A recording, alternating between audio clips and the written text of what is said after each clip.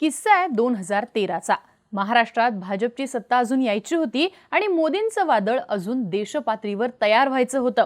भाजपचे दिवंगत नेते गोपीनाथ मुंडे त्यावेळी महाराष्ट्र भाजपचे सगळ्यात दिग्गज नेते म्हणून ओळखले जायचे। गोपीनाथ मुंडेंसोबत एकनाथ खडसे हे सुद्धा महाराष्ट्रातले महत्त्वाचे भाजप नेते होते। मुंडे खडसे यांची राजकारणापलीकडची मैत्री होती, त्यामुळे नेहमी त्यांचे एकमेकांच्या घरी येणं जाणं असायचं।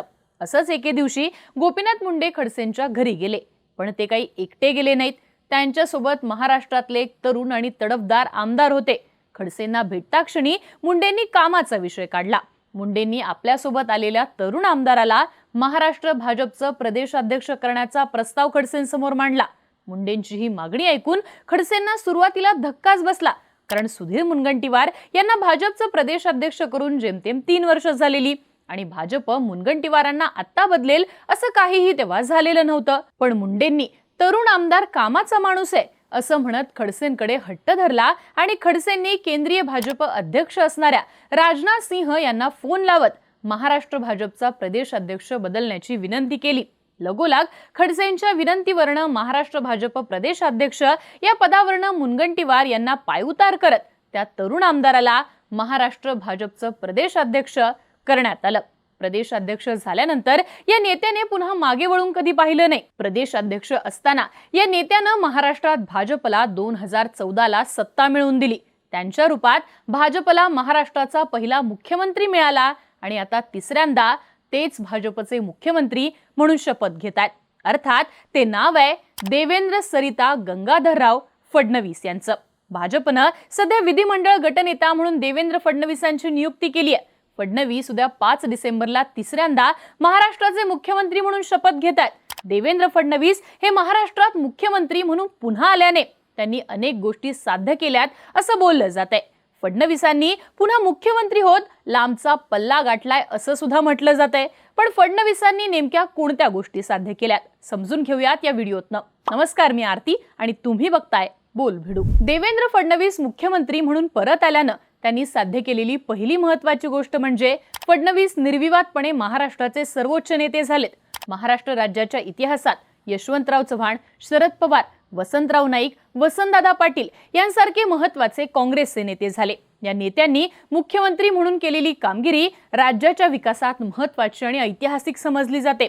फडणवीस आता या पंक्तीत येऊन बसलेत असं म्हणावं लागेल।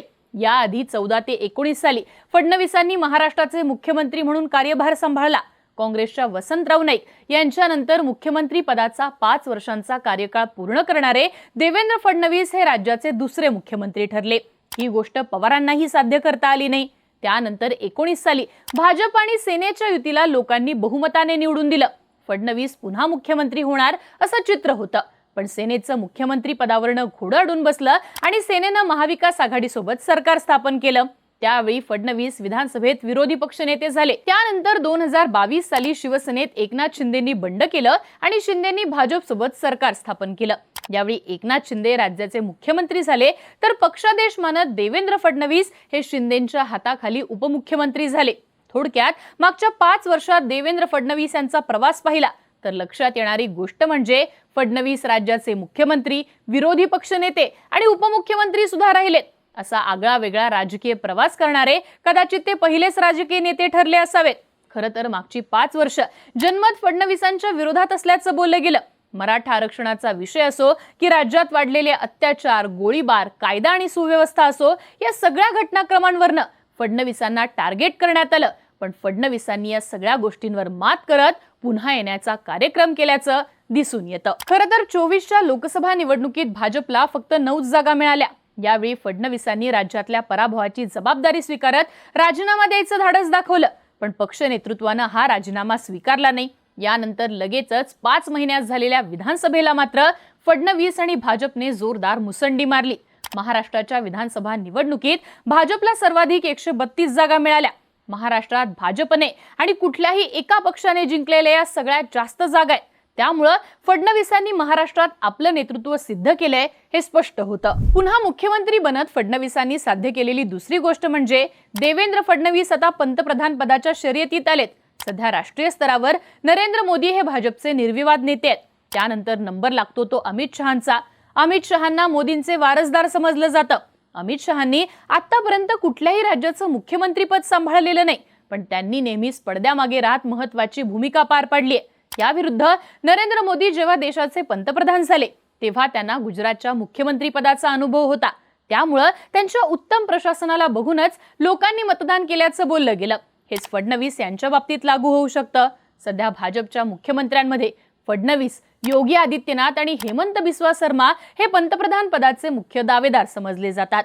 यात योगी आदित्यनाथ किती प्रभावी ठरतील हे 2027ची उत्तर प्रदेशची विधानसभा ठरवेल. आसामचे मुख्यमंत्री हेमंत बिस्वा शर्मा यांचा राजकीय दृष्ट्या तितका प्रभाव नसल्याने शर्मा यांच्याकडे पंतप्रधान पद जाण्याची शक्यता तशी कमीच आहे. मग या तुर्तात ते देवेंद्र फडणवीसांनी पुढची 5 वर्ष महाराष्ट्राचा कार्यभार सक्षमपणे सांभाळला तर मोदींनंतर पंतप्रधान पदाचे प्रबळ दावेदार म्हणून ते पुढे येऊ शकतात. यात फडणवीस हे संघाच्या जवळचे मानले जातात, त्यामुळे संघाचा सुद्धा फडणवीसांच्या उमेदवारीला विरोध असण्याची शक्यता कमी आहे. अशातच तिसऱ्यांदा मुख्यमंत्री पदाच्या खुर्चीवर बसून फडणवीसांनी पंतप्रधान पदासाठीचा मार्ग मोकळा केलाय असं म्हणावं लागतं. यानंतर भाजपचे मुख्यमंत्री म्हणून फडणवीसांनी साध्य केलेली तिसरी गोष्ट आहे ती म्हणजे देवेंद्र फडणवीस हिंदुत्वाचे ब्रँड अँबॅसेडर म्हणून समोर आलेत. फडणवीसांची महाराष्ट्र विधानसभा निवडणुकीची प्रचाराची लाईन ही हिंदुत्वाचीच होती. बटेंगे तो कटेंगे, एक है तो सेफ है अशा हिंदुत्ववादी नाऱ्यांचा उपयोग करून फडणवीसांनी ही निवडणूक भाजपला जिंकून दिली. यातनं दिसून आला तो फडणवीसांचा हिंदुत्ववादी चेहरा. याआधी इतक्या आक्रमकपणे फडणवीसांनी कधीच हिंदुत्वाचा प्रचार केला नव्हता. पण या विधानसभेच्या निवडणुकीत हिंदुत्वाचा नवीन ब्रँड म्हणून फडणवीस यांचा चेहरा संपूर्ण देशासमोर आलाय.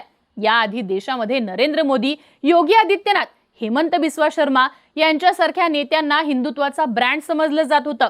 यात आता फडणवीस सुद्धा ऍड झालेत. जर विधानसभा निवडणुकीत भाजपचा पराभव झाला असता तर फडणवीसांच्या हिंदुत्वाच्या ब्रँडवर प्रश्नचिन्ह उपस्थित झालं असतं. पण विधानसभा निवडणुकीत हिंदुत्वावर टॅगलाईन नेऊन आणि या विचारधारेवर यश मिळून देवेंद्र फडणवीस हिंदुत्वाचे नवीन ब्रँड अँबॅसेडर झालेत. आता आपल्या मुख्यमंत्री पदाच्या कार्यकाळात फडणवीस हिंदुत्वाचा ब्रँड कसा वाढवणार हा मुख्य प्रश्न आहे.